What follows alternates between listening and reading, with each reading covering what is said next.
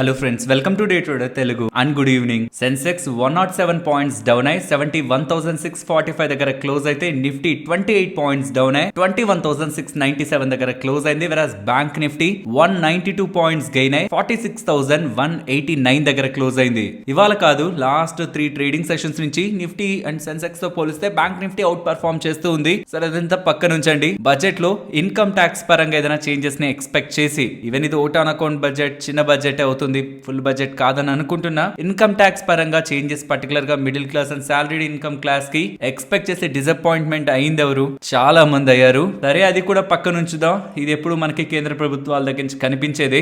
Vicks ఇవాళ ice cream కరిగినట్టు కరిగింది 10% దగ్గరగా. Option sellers కి ఈజీ డే. ఏంటిది? ఇవాళ నిఫ్టీ ఎక్స్పైరీ ఒకే ఒక్క పాయింట్ లో ఒక బిగ్ వోల్టాలిటీ ఆల్మోస్ట్ 840 దగ్గరగా వెళ్ళి 650 దగ్గరకు వచ్చింది. ఒక్క వోల్టాలిటీని తప్పించి రెస్ట్ ఆఫ్ ద సెషన్ అంతా పర్టికులర్ గా సెకండ్ హాఫ్ అంతా మార్కెట్ 700 to 750 ఆర్ 680 to 750 చిన్న రేంజ్ లోనే తిరుగుతూ ఉండడం. ఇవాళ ఫెడ్ రిలేటెడ్ గా అవుట్కమ్ ఉంటది, బడ్జెట్ ఉంటది, ఒక బిగ్ వోల్టాలిటీ ఉంటదని విక్స్ ని రీసెంట్ టైమ్స్ లో పెంచుకుంటూ వెళ్ళిన వాళ్ళు ఇక చేసేదేం లేక ఆప్షన్ ప్రీమియమ్స్ ని వదులుకుంటూ నియర్లీ 10% దగ్గరగా విక్స్ ఫాల్ అయింది.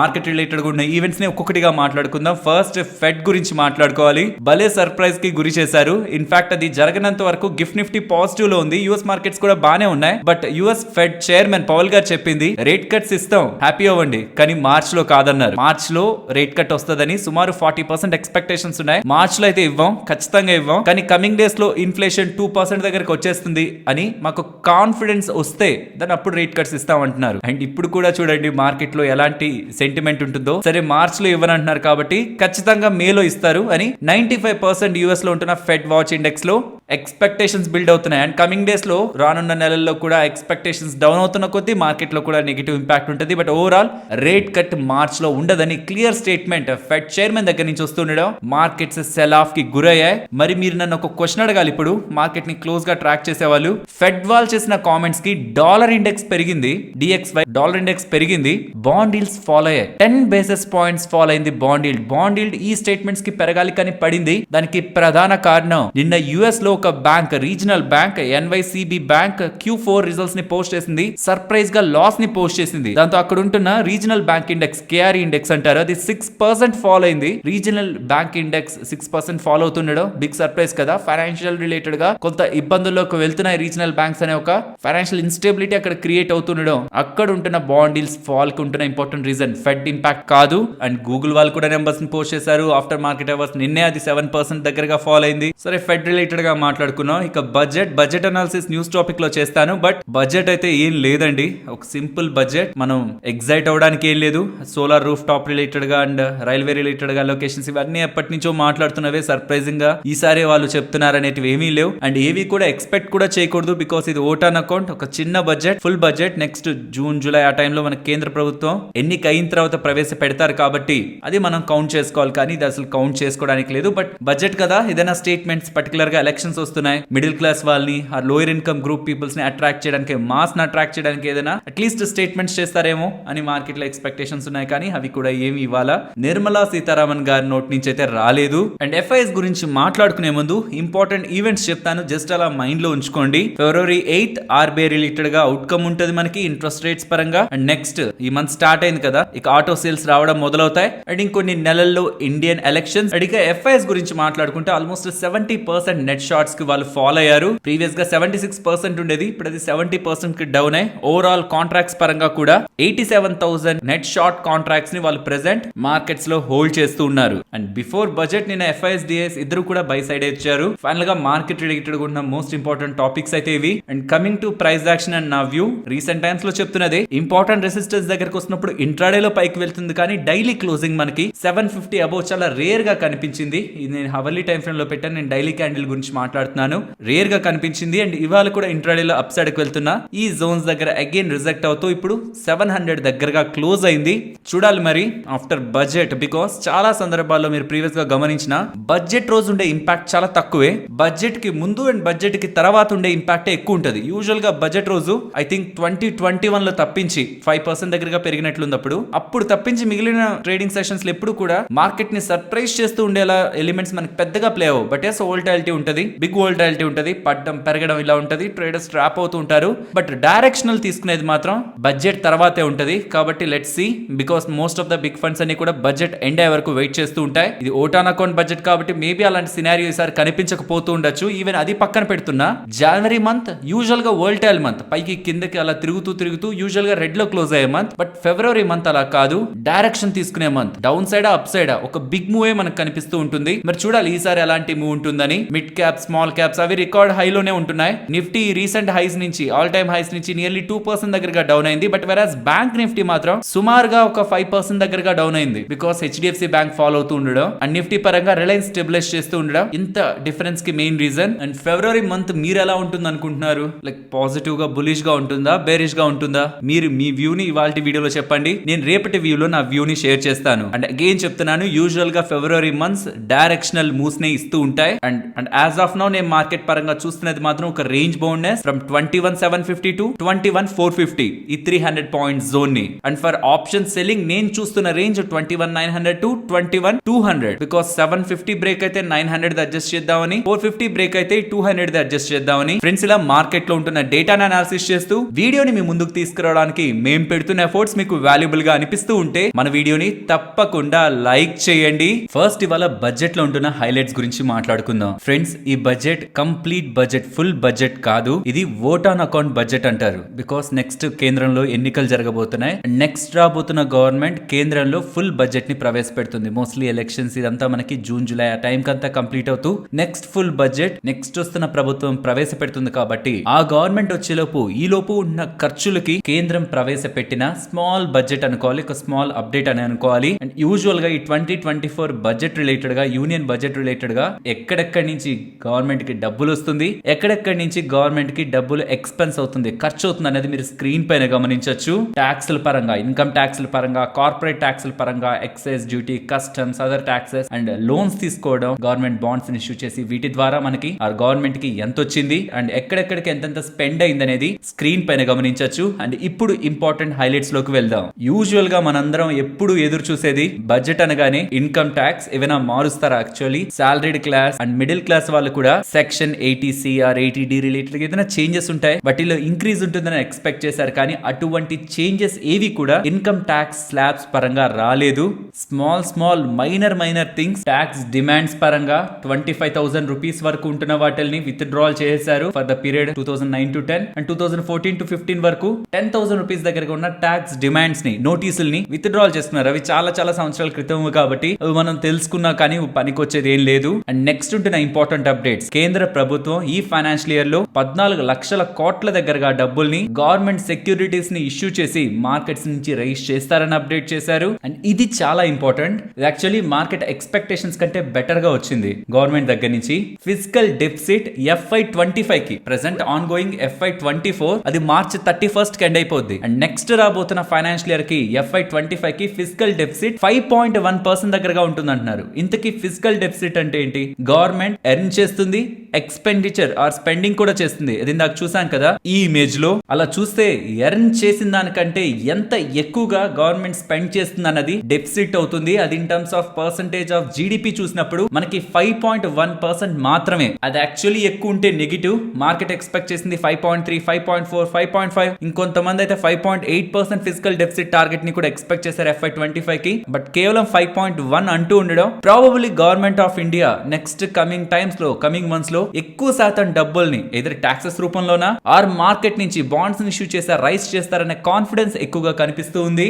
అండ్ ఈవెన్ లాస్ట్ బడ్జెట్ లో చెప్పింది ఈ ఫైనాన్షియల్ ఇయర్ కి FY24 కి 5.9% ఫిజికల్ డెఫిసిట్ ఉంటుందని, కానీ దాన్ని చేంజ్ చేస్తూ 5.8% కి తగ్గిస్తున్నారు. సో రీసెంట్ టైమ్స్ లో ఎక్కువ గవర్నమెంట్ కి ఎర్నింగ్స్ పెరుగుతున్నట్లయితే అర్థం అవుతుంది. అండ్ రైల్వే స్టాక్స్ పరంగా ఒక భారీ అప్డేట్ ఏం కాదు, లైక్ ఎక్స్పెక్ట్ చేయని ఒక బిగ్ సర్ప్రైజ్ అయితే ఏం కాదు. బట్ 4,000 నార్మల్ రైల్వే బోగీస్ ని వందే భారత్ స్టాండర్డ్స్ లో, లైక్ చూసుంటారు కదా వందే భారత్ ట్రైన్స్ ని, కొంత హైయర్ స్టాండర్డ్స్ తో ఉంటాయి. బట్ టికెట్ ప్రైస్ కూడా అలానే ఉంటది దానికి తగ్గట్టే. బట్ ఆ స్టాండర్డ్స్ తో most of the railway bogies ని 40,000 దగ్గరగా బోగీల్ని మారుస్తారని, అండ్ ఇతర ఏ సెగ్మెంట్స్ కి ఎంతెంత క్యాపెక్స్ చేస్తారన్న డేటా కూడా మీకు స్క్రీన్ పైన కనిపిస్తూ ఉంటుంది. And next PM Awas Yojana కింద ప్రీవియస్ గా 3 కోట్ల ఇళ్లకు మాత్రమే పరిమితి ఉండేది, కానీ ఇప్పుడు 5 కోట్లకు పెంచారు. అంటే 2 కోట్ల కొత్త ఇళ్లకి PM ఆవాస్ యోజన కింద బెనిఫిట్ చెందనున్నారనేలా అప్డేట్ చేస్తున్నారు. పెంచుతున్నారు. అండ్ క్యాపెక్స్ గురించి కూడా మాట్లాడుకోవాలి.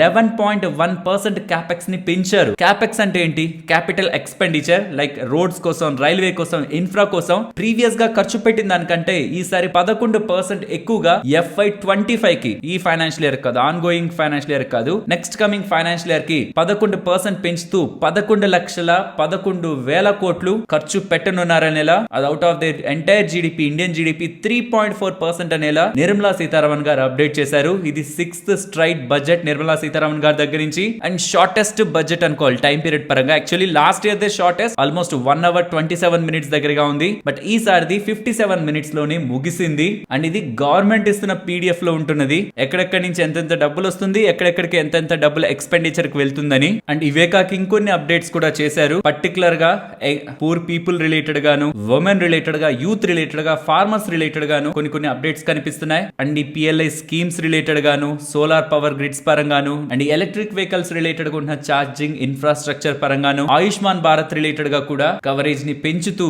నెక్స్ట్ కమింగ్ టైమ్స్ లో వాటికి ఎలాంటి అలొకేషన్స్ ఉంటాయనేది కూడా కేంద్ర ప్రభుత్వం వాళ్ళు అప్డేట్ చేస్తున్నారు. అండ్ ఎంటైర్ బడ్జెట్ అండ్ ఎక్కడెక్కడ ఎంతెంత స్పెండ్ చేస్తున్నారని క్లియర్ గా కేంద్ర ప్రభుత్వం వాళ్ళు రిలీజ్ చేసిన ఈ PDF కాపీ మీకు టెలిగ్రామ్ గ్రూప్ లో ఉంటుంది. అక్కడి నుంచి మీరు డౌన్లోడ్ చేసుకొని కూడా ఈ బడ్జెట్ రిలేటెడ్ గా ఉన్న పూర్తి వివరాలని మీరు అనాలిసిస్ చేయొచ్చు. బట్ మోస్ట్లీ బడ్జెట్ రిలేటెడ్ గా ఉన్న హైలైట్స్ అయితే ఇవి. అండ్ ఫ్రెండ్స్, ఈ సంవత్సరం ట్యాక్స్ పరంగా ఖచ్చితంగా సేవ్ చేయాలి, పనికొచ్చే పనులకి ఖర్చు పెట్టుకుంటూ సేవ్ చేయాలనుకుంటున్న వాళ్ళు సెక్షన్ 80C అండ్ 80D ని ఖచ్చితంగా వినియోగించుకోవాలి. స్టాక్ మార్కెట్ రిలేటెడ్ గా ELSS మ్యూచువల్ ఫండ్స్ లో ఇన్వెస్ట్ చేసి మీరు 1,50,000 దగ్గరగా డిడక్షన్స్ లో బెనిఫిట్ ని పొందొచ్చు. అలాగే సెక్షన్ 80C అండర్ లో ఒకవేళ మీరు టర్మ్ ఇన్సూరెన్స్ తీసుకున్నట్టయితే మీ ఫ్యామిలీకి ప్రొటెక్షన్ ఇస్తూ ఒక టర్మ్ ఇన్సూరెన్స్ తీసుకొని కూడా సెక్షన్ 80C లో మీరు బెనిఫిట్ ని పొందొచ్చు. మీరు కడుతున్న డబ్బులు రిలేటెడ్ గా ట్యాక్స్ బెనిఫిట్ ని పొందొచ్చు. అలాగే సెక్షన్ 80D అండర్ లో మీకు అండ్ మీ పేరెంట్స్ కి తీసుకుంటున్న హెల్త్ ఇన్సూరెన్స్ లపై 50,000 వరకు కూడా ట్యాక్స్ బెనిఫిట్ ని పొందొచ్చు. కాబట్టి మార్చి 31st లోపు మీరు term insurance and health insurance తీసుకున్నట్లయితే అలా తీసుకుంటున్న వాటిపై మీరు ట్యాక్స్ బెనిఫిట్స్ ని కూడా పొందొచ్చు అన్న విషయాన్ని గుర్తుంచుకోవాలి. నాట్ జస్ట్ ట్యాక్స్ బెనిఫిట్స్, దాని కారణంగా మన ఫైనాన్షియల్ కండిషన్ అండ్ మన ఇంట్లో వాళ్ళకి ఆర్థిక భరోసా కూడా మనం ఇచ్చినట్లు అవుతుంది. ఒక మంచి health insurance and term insurance ఎలా తీసుకోవాలన్న వీడియోలు అండ్ ఎక్కడికి వెళ్ళి తీసుకోవాలన్న బెస్ట్ ఇన్సూరెన్స్ కంపారిజన్ లింక్స్ మీకు డిస్క్రిప్షన్ అండ్ కామెంట్ సెక్షన్ లో ఉంటాయి. అండ్ నెక్స్ట్ ఇదే బడ్జెట్ లో 1 కోటి ఇళ్లకి పైగా free electricity through roof top solarization ద్వారా కేంద్ర ప్రభుత్వం రీసెంట్ టైమ్స్ లో నరేంద్ర మోడీ గారు roof top solar scheme related గా కొన్ని స్టేట్మెంట్స్ చేశారు కదా. ఈ స్కీమ్ లో భాగంగా 1 కోటి ఫ్యామిలీస్ కి ఫ్రీ ఎలక్ట్రిసిటీ లభించబోతుందనేలా అప్డేట్స్ చేస్తున్నారు. ఫ్రెండ్స్, పేటిఎం గురించి మాట్లాడుకోవాలి, అప్డేట్ గురించి కాదు. బికాస్ స్టాక్ ఫాల్ అయింది, మీకు అర్థమైంటుంది అది నెగిటివ్ అప్డేట్ అని.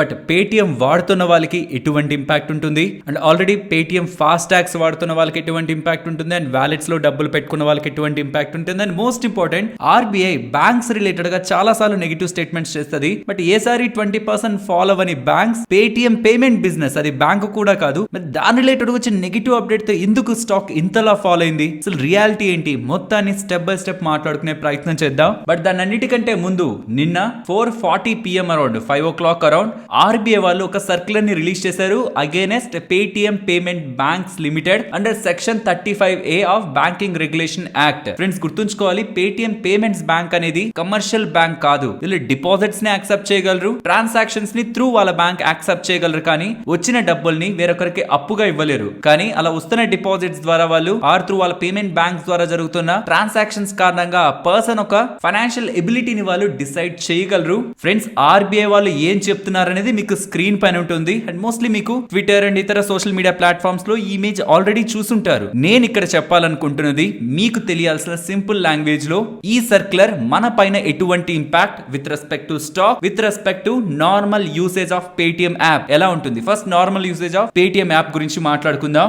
మీరు పేటిఎం వ్యాలెట్ లో ఆల్రెడీ డబ్బులు యాడ్ చేస్తుంటే దాన్ని నిరభ్యంతరంగా వాడుకోవచ్చు ఆర్ విత్ డ్రాల్ చేసుకోవచ్చు. దానికి ఎటువంటి రిస్ట్రిక్షన్ కూడా లేదు. ఈ టైం లోపే చేసుకోవాలి విత్ డ్రాల్, ఈ టైం లోపే యూస్ చేసేయాల డబ్బులు మొత్తాన్ని, ఎటువంటి రిస్ట్రిక్షన్ కూడా లేదు. ఫస్ట్ ఇది గుర్తుంచుకోవాలి, దీనికి భయపడాల్సిన నీడ్ లేదు. అండ్ సెకండ్, సేమ్ వ్యాలెట్ లోకి మీరు డబ్బులు యాడ్ చేసుకోవాలనుకుంటే దాని February 29th తర్వాత అది కుదరదు. February 29th కి ముందు మాత్రమే పేటిఎం వ్యాలెట్ లోకి డిపాజిట్స్ చేసుకోవడం ఆర్ ఈ ఫాస్ట్ ట్యాగ్స్ ఉంటాయి కదా, ఈ ఫాస్ట్ ట్యాగ్స్ కానీ NCMC కార్డ్స్ అంటారు, means national common mobility cards. కొన్ని ట్రైన్స్ లోను, బసెస్ లోను మనకి పర్టికులర్ గా డిజిటల్ కార్డ్స్ ఉంటుంటాయి. వాటిని యూజ్ చేసి టికెట్స్ ని కొనడం, అమ్మడం అలాంటివి చేస్తుంటాం. దాంట్లో టాప్అప్ చేయాలనుకుంటే చేసుకోవాలనుకున్నా త్రూ పేమెంట్ బ్యాంక్ ఫిబ్రవరి 29th లోపే చేసుకోవాలి. ఆఫ్టర్ 29th ఫాస్ట్ ట్యాగ్స్ కానీ ఎన్సిఎంసి కార్డ్స్ కానీ ఆర్ పేటిఎం వ్యాలెట్స్ కానీ డిపాజిట్స్ చేసుకోవడానికి ఎలిజిబుల్ కాదు. ఒకవేళ ఆల్రెడీ మీరు డిపాజిట్స్ చేసుకొని ఉంటే వీటిలో ఫాస్ట్ ట్యాగ్స్ లో, వ్యాలెట్స్ లో ఆర్ ఎన్సిఎంసి కార్డ్స్ లో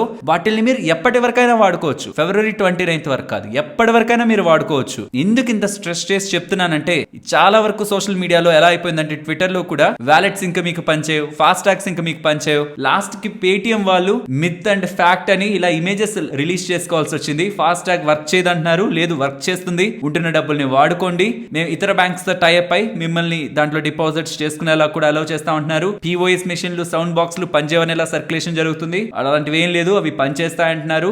ఎన్సిఎంసి కార్డ్స్ ఇందాక అనుకున్నాం కదా, రైల్వే నెట్వర్క్ లో ఇంకెక్కడైనా కొన్ని కార్డ్స్ ఉంటాయి, వాటిల్లో కూడా same through Paytm payment banks కేవలం 29th ఫిబ్రవరి వరకు మాత్రమే డిపాజిట్ చేసుకోగలరు.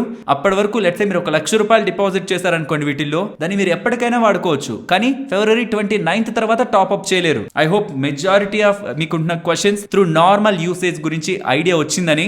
సో దీన్ని బట్టి చూస్తే పేటిఎం నార్మల్ యూసేజ్ యాప్ ని నార్మల్ గా వాడుతున్న వాళ్ళకి ఎటువంటి ఇంపాక్ట్ కనిపించట్లేదు కదా. బికాస్ యూపీఐ చేసుకోవచ్చు, మూవీ టికెట్స్ బుక్ చేసుకోవచ్చు, ఫ్లైట్ టికెట్స్ బుక్ చేసుకోవచ్చు, whatever the transactions Paytm app లో ఉన్నవన్నీ చేసుకోవచ్చు. అండ్ ఈ ఫాస్ట్ ట్యాగ్స్ కానీ ఆర్ ఈ ఎన్సిఎంసి కార్డ్స్ ఆర్ వ్యాలెట్స్ రిలేటెడ్ గా కూడా డబ్బుల్ని మనం యాడ్ చేసుకోవచ్చు కదా. వీళ్ళు ఇతర బ్యాంక్స్ తో టైప్ అవుతారంటున్నారు. పేటిఎం ఫౌండర్ విజయ్ శేఖర్ శర్మ గారు, మేము ఆల్రెడీ ఇతర బ్యాంక్స్ తో వర్క్ చేస్తున్నాం అండ్ ఇంకొన్ని బ్యాంక్స్ తో కూడా వర్క్ చేసి మా యూజర్స్ కి ఎటువంటి ఇన్కన్వీనియన్స్ లేకుండా చేస్తాం అంటున్నారు. మరి పేటిఎం నార్మల్ యూజర్స్ కి ఏదైనా ఇంపాక్ట్ ఉంటుందా? వాళ్ళకైతే నాకు ఏ ఇంపాక్ట్ ఉంటుందని అనిపించట్లేదు. As quick as possible definitely వాళ్ళు ఇతర బ్యాంక్స్ తో టైప్ అయి బ్యాంక్స్ ద్వారా ట్రాన్సాక్షన్ చేసే ఫెసిలిటీని తీసుకొచ్చేస్తారు. బట్ ప్రాబ్లం అంతా షేర్ హోల్డర్స్ తో. అదేంటి పేటిఎం కి ఇంపాక్ట్ లేదంటున్నారు, షేర్ హోల్డర్స్ కి ఎలాంటి ఇంపాక్ట్ వస్తుంది? ఫ్రెండ్స్, చాలా బ్యాంక్స్ ఉంటాయి మీకు స్కెడ్యూల్డ్ కమర్షియల్ బ్యాంక్స్, ఏవైతే HDFC bank, ICICI bank, axis bank, state bank of India, ఇవన్నీ కమర్షియల్ బ్యాంక్స్, అవన్నీ చేయగలవు.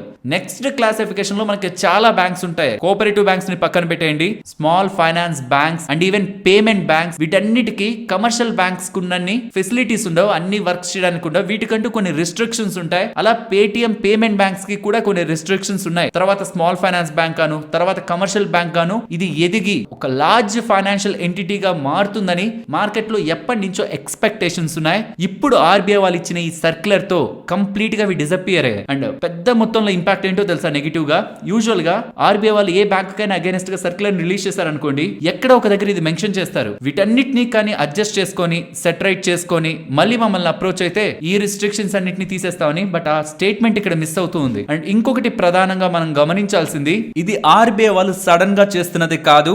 మార్చి 2022లో సుమారు 22 నెలల క్రితం ఆర్బీఐ వాళ్ళు ఒక వార్నింగ్ లెటర్ నే ఇచ్చారు. మీ రిలేటెడ్ గా నాన్ కంప్లైన్సెస్ ఉన్నాయి, మీరు సరిగ్గా ఐటీ రిలేటెడ్ గా అండ్ కేవైసీ పరంగా ప్రాపర్ నార్మ్స్ ని ఫాలో అవ్వట్లేదు, వాటిల్ని as soon as possible rectify చేసుకోండి అన్నారు. 22 months గడిచింది, బట్ దాని రిలేటెడ్ గా ఎటువంటి వీళ్ళు సీరియస్ మెజర్స్ తీసుకోకపోతుండడం and repeated non compliances, persistent non compliances and continued material supervisory concerns in the bank వీళ్ళు ఈ స్టెప్ తీసుకుంటున్నట్లయితే అప్డేట్ చేస్తున్నారు. అండ్ నా క్వశ్చన్ ఏంటంటే, వీటన్నిటిని ఏవేవైతే ఇష్యూస్ ఆర్బీఐలకు ఉన్నాయని భావిస్తున్నారో వాటన్నిటిని పేటిఎం పేమెంట్ బ్యాంక్ రెక్టిఫై చేసుకున్న తర్వాత అయినా వీళ్ళ లైసెన్స్ ఇవ్వడానికి ఇప్పుడు రెడీగా ఉన్నారా లేదా అని. సరే ఇవ్వకపోతే ఏమవుతుంది? ఇతర బ్యాంక్స్ తో టైప్ అవుతారు, టైప్ అయి నార్మల్ గానే యాక్టివిటీ చేసుకుంటారు, పేటిఎం యాప్ నార్మల్ గానే వర్క్ చేస్తుంది కదా. అంటే ఇక్కడే అసలు విషయం ఉంది. పేటిఎం పేమెంట్ బ్యాంక్స్ లో ప్రెసెంట్ నేను చూస్తున్న డేటా ప్రకారం సుమారు 3,000 నుంచి 4,000 కోట్ల దగ్గరగా డిపాజిట్స్ ఉన్నాయి. ఆ డిపాజిట్స్ చేసిన ప్రజల రిలేటెడ్ గా ఫైనాన్షియల్ యాక్టివిటీ అండ్ స్టెబిలిటీ వీళ్ళకి అర్థం అవుతుంది. అండ్ దాన్ని బట్టి వీళ్ళు లోన్స్ వాళ్ళకి ఎంతెంత ఇవ్వాలనేది డిసైడ్ అవుతారు. మర్చెంట్స్ రిలేటెడ్ గా పెట్టిన QR బాక్సుల కారణంగాను,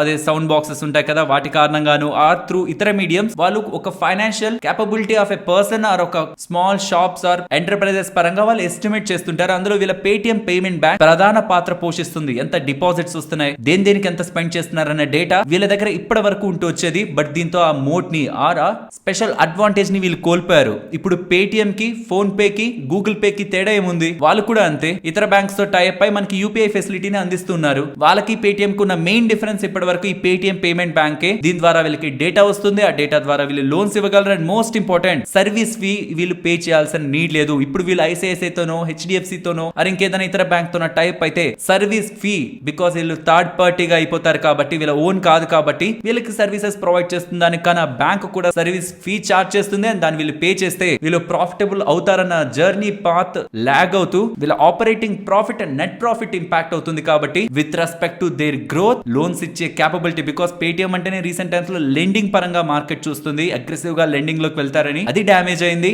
service fee wheel pay చేయాలి, దాని పరంగానూ ఇంపాక్ట్ ఉంది. And most important other important aspect కూడా పేటిఎం రిలేటెడ్ గా సుమారుగా 35 crore యూజర్స్ ఉన్నారు. అందులో 10 crore దగ్గరగా 10 కోట్ల దగ్గరగా మంత్లీ యావరేజ్ యూజర్స్ ఉన్నారు. యాక్టివ్ యూజర్స్, యావరేజ్ కాదు, మంత్లీ యాక్టివ్ యూజర్స్ ఉన్నారు. మరి ఇప్పుడు వాళ్ళ పరంగా ఏదైనా ఇంపాక్ట్ ఉంటుందా? మేబీ మెజారిటీ వాళ్ళందరూ కూడా ఎంతో కొంత పేటిఎం పేమెంట్ బ్యాంక్స్ ని కూడా వాడుతూ ఉంటే ఇలాంటి ఒక అప్డేట్ తో భయానికి చెంది, బికాస్ నేను స్టార్టింగ్ లో చెప్పాను కదా, చాలా వరకు ఫేక్ సర్క్యులేట్ అవుతుంది బయట, ఫాస్ట్ ట్యాగ్స్ వాడలేం, వ్యాలెట్స్ ని వాడలేం అని. బట్ వ్యాలెట్స్ ని లోడ్ చేయడం, బట్ వ్యాలెట్స్ ని, ఫాస్ట్ ట్యాగ్స్ ని, ఎన్సీఎంసీ కార్డ్స్ ని లోడ్ చేయలేం త్రూ పేటిఎం పేమెంట్ బ్యాంక్. ఒకవేళ వీళ్ళు ఇతర బ్యాంక్స్ ని తీసుకొస్తే లోడ్ చేసుకోగలవు, ఏ ఒక్క సర్వీస్ మనకు ఆగదు. బట్ ప్రజల్లోకి భయం అయితే రీచ్ అయింది త్రూ మనకి ఓవరాల్ మీడియా ఉంది కదా, ప్రింట్ మీడియా, డిజిటల్ మీడియా, ఇదంతా ఓవర్ నైట్ లో పేటిఎం రిలేటెడ్ గా బ్రాండ్ రెప్యుటేషన్ ని కూడా చాలా వరకు డిస్ట్రాయ్ చేసింది. మరి వీటి కారణంగా కూడా స్టాక్ ప్రైస్ పైన ఇంపాక్ట్ ఉంటుంది కదా. ఇప్పుడు కంపెనీ చెప్తున్నది ఏంటంటే 300 నుంచి 500 కోట్ల ఆపరేటింగ్ ప్రాఫిట్ పై ఇంపాక్ట్ ఉంటుంది, మేము త్వరగా ఇవన్నీ సెట్ చేసేస్తాం, వేరే బ్యాంక్స్ తో టైప్ అవుతామని.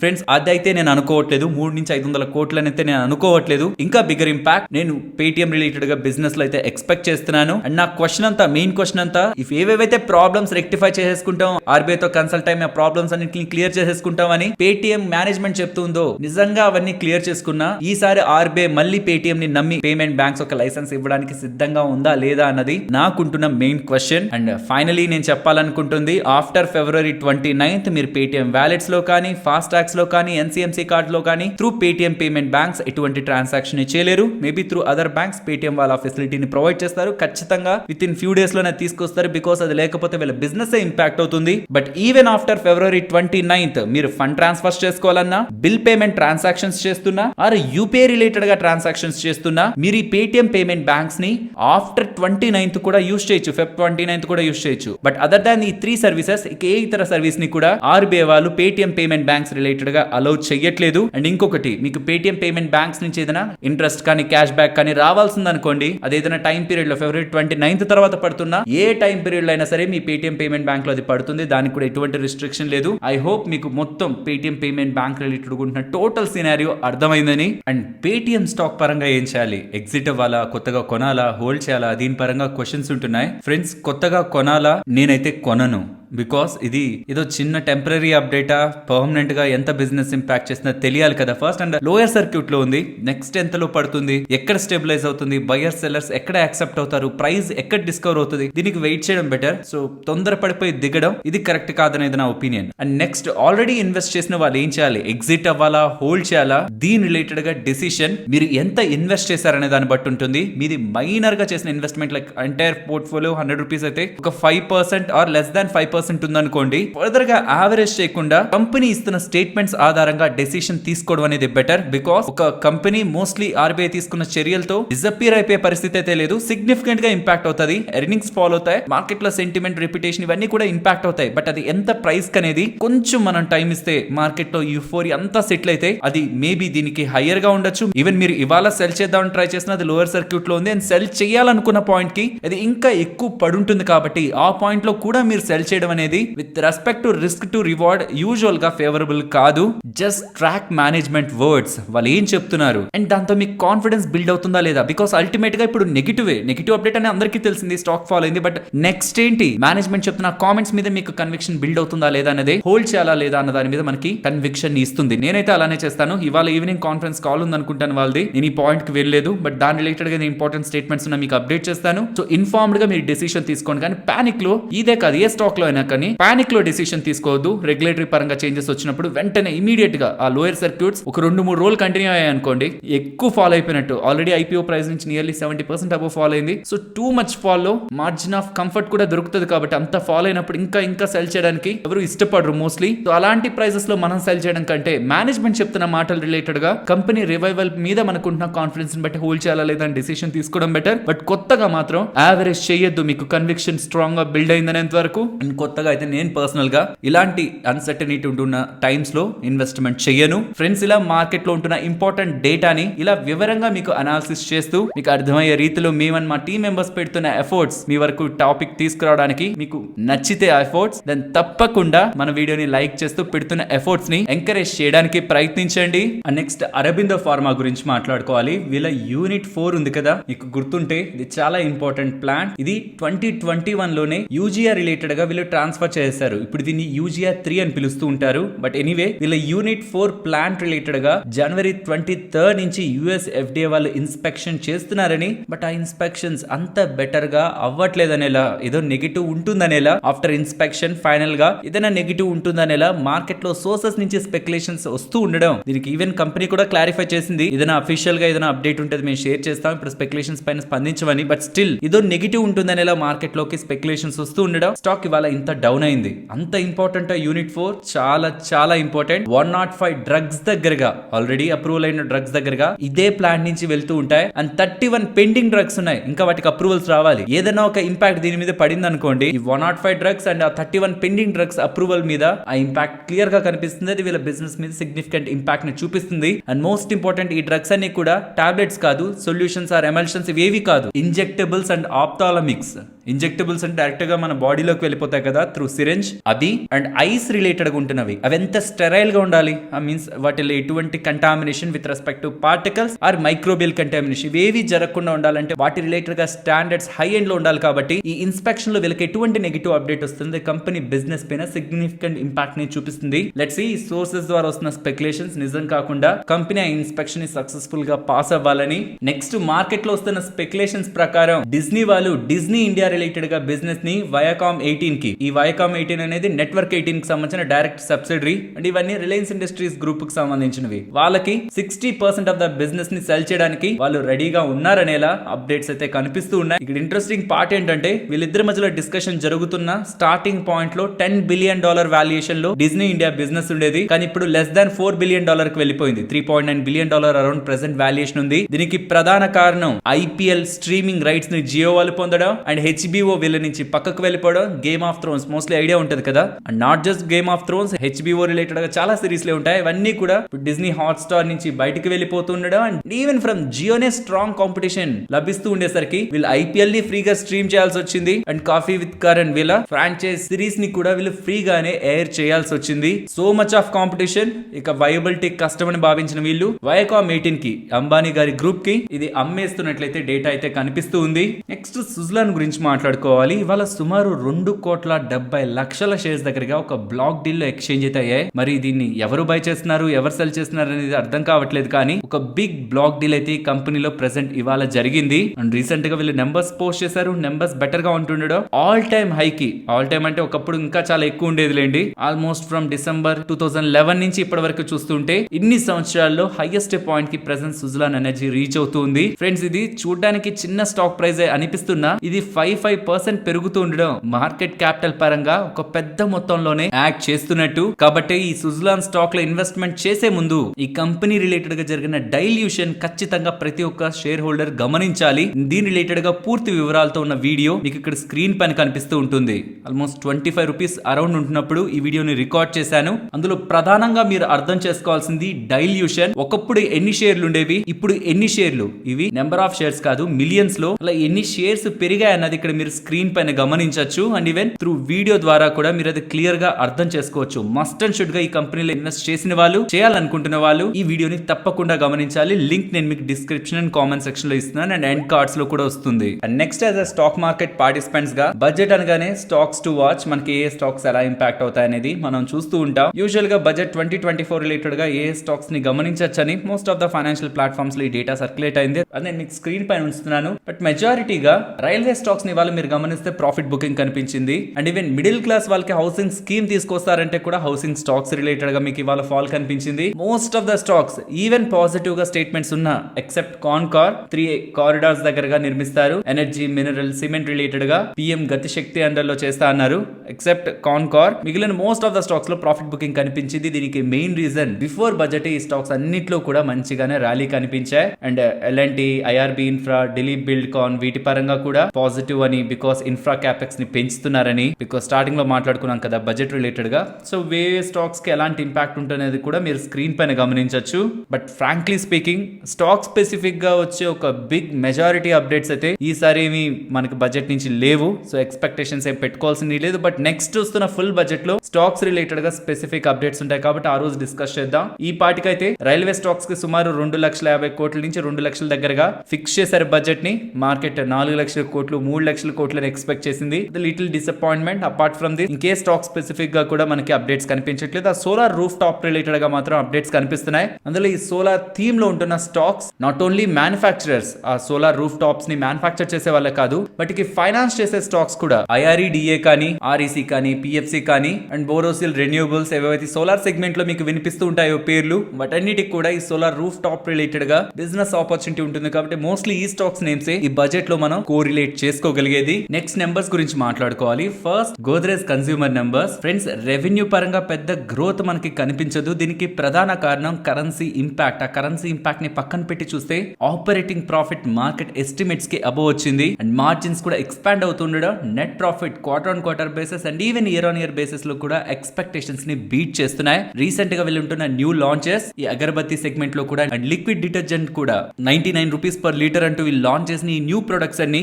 మార్కెట్ షేర్ ని క్యాప్చర్ చేసుకుంటూ గుడ్ నైట్ రిలేటెడ్ గా కూడా రీసెంట్ గా కొత్త వీళ్ళు లాంచ్ చేశారు. కాబట్టి ఇవన్నీ కూడా వీళ్ళ బిజినెస్ ని పెంచుతాయనేలా గోద్రేజ్ కన్స్యూమర్ వాళ్ళు అప్డేట్ చేస్తున్నారు. ఓవరాల్ నెంబర్స్ బాగున్నాయి అండ్ కామెంటరీ కూడా పాజిటివ్ గా ఉంది.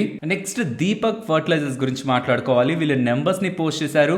After numbers stock price follow అవుతుండడం మీకు అర్థమైపోయి ఉంటుంది. నెంబర్స్ నెగిటివ్ గానే ఉంటాయని. బట్ ప్రాబ్లం ఎక్కడ అనేది మీరు గమనిస్తే రెవెన్యూస్ డ్రాప్ అవుతున్నాయి, మార్జిన్స్ డ్రాప్ అవుతున్నాయి అండ్ నెట్ ప్రాఫిట్స్ కూడా previous quarter last year same quarter తో పోలిస్తే సిగ్నిఫికెంట్ గా డౌన్ అవుతున్నాయి. Both standalone and consolidated రెండిట్లోనూ మీకు సిమిలర్ సినారియో కనిపిస్తుంది. అండ్ సెగ్మెంట్ వైడ్ గా చూస్తే కెమికల్స్ లో పెద్ద ఇంపాక్ట్ ఏం మీకు కనిపించదు. క్వార్టర్ ఆన్ క్వార్టర్ బేసిస్ లో కొంత మైల్డ్ గా డిక్లైన్ అయి ఉంటుంది. బట్ ఫర్టిలైజర్స్ లో మాత్రం significant impact on quarter year on year basis లో మనకి కనిపిస్తుంది. So chemicals and fertilizer segment లో ఫర్టిలైజర్ సెగ్మెంట్ ఇంకా వీక్ గా పర్ఫార్మ్ చేసింది కంపేర్డ్ విత్ కెమికల్ సెగ్మెంట్. కాబట్టి వీళ్ళ రెవెన్యూస్ అండ్ మార్జిన్స్ పరంగా రియలైజేషన్స్ కూడా లోవర్ సైడ్ ఉంటుండడం వీళ్ళ నెట్ ప్రాఫిటబిలిటీని ఎస్టిమేట్స్ కి బిలో తీసుకొచ్చింది. అలాగే ప్రాజ్వాల్ కూడా నెంబర్స్ ని పోస్ట్ చేశారు. వీళ్ళ కన్సాలిడేటెడ్ నెంబర్స్ మీకు స్క్రీన్ పైన కనిపిస్తుంటాయి. Year on year and quarter comparison లో వీళ్ళ నెంబర్స్ ఈసారి డిక్లైన్ అవుతున్నాయి. But margins on better side ఉంటుండడం because of expenses. Previous time తో పోలిస్తే ఈసారి ఎక్స్పెన్సెస్ తక్కువ అవుతుండడం. ప్రాఫిటబిలిటీ మాత్రం quarter and year on year తో బెటర్ గా వచ్చింది.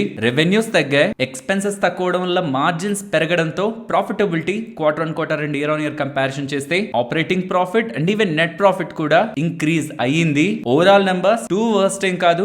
బిజినెస్ పరంగా స్లైట్ డిక్లైన్ కనిపిస్తుంది. బట్ ఓవరాల్ నెంబర్స్ ఫ్లాట్ గా ఉన్నాయనుకోవాలి. నెక్స్ట్ అదాని ఎంటర్ప్రైజెస్ స్టాక్ పెద్దగా రియాక్ట్ అవ్వలేదు కానీ నెంబర్స్ సాలిడ్ గా ఉన్నాయి. ఏ ప్రాబ్లం లేకుండా వీళ్ళే ఇచ్చేసారు. Year on year and quarter comparison లో ఎలాంటి గ్రోత్ ఉందని అండ్ వీళ్ళ బిజినెస్ పరంగా కూడా airports, roads, mining services, IRM వీటి రిలేటెడ్ గా ఎలాంటి growth year on year and 9 months to 9 months comparison లో కూడా ఇయర్ ఆన్ ఇయర్ లో ఎలాంటి గ్రోత్ ఉందనేది వీళ్ళు స్క్రీన్ పైన చూపించేస్తున్నారు. అండ్ ఇది యూజువల్ గా ఇయర్ ఆన్ ఇయర్ కంపేర్ చేయాల్సిన బిజినెస్ కాబట్టి రెవెన్యూస్ లోనే ఇంప్రూవ్మెంట్ ఉంది, మార్జిన్స్ లోనే ఇంప్రూవ్మెంట్ ఉంది అండ్ ప్రాఫిటబిలిటీ కూడా సిగ్నిఫికెంట్ గా ఇంప్రూవ్ అయింది. Overall Adani enterprises numbers and even Adani ports numbers కూడా వచ్చాయి. అవి కూడా బెటర్ గానే ఉన్నాయి. అవి కూడా అరౌండ్ ఇవాళ 12:40 అరౌండ్ అప్డేట్ చేశారు. Quarter and year on year comparison లో revenues, margin and net profitability Adani ports ది కూడా బెటర్ గా కనిపిస్తుంది. అవి మీకు స్క్రీన్ పైన కూడా ఉంటాయి. Overall numbers both Adani enterprises and Adani ports better numbers ని డెలివర్ చేశారు. నెక్స్ట్ నిఫ్టీ అలాగే bank Nifty support and resistance. Nifty present ఉన్న లెవెల్స్ నుంచి down 21,650 and upside 21,740 above, 21,800 above, 21,850.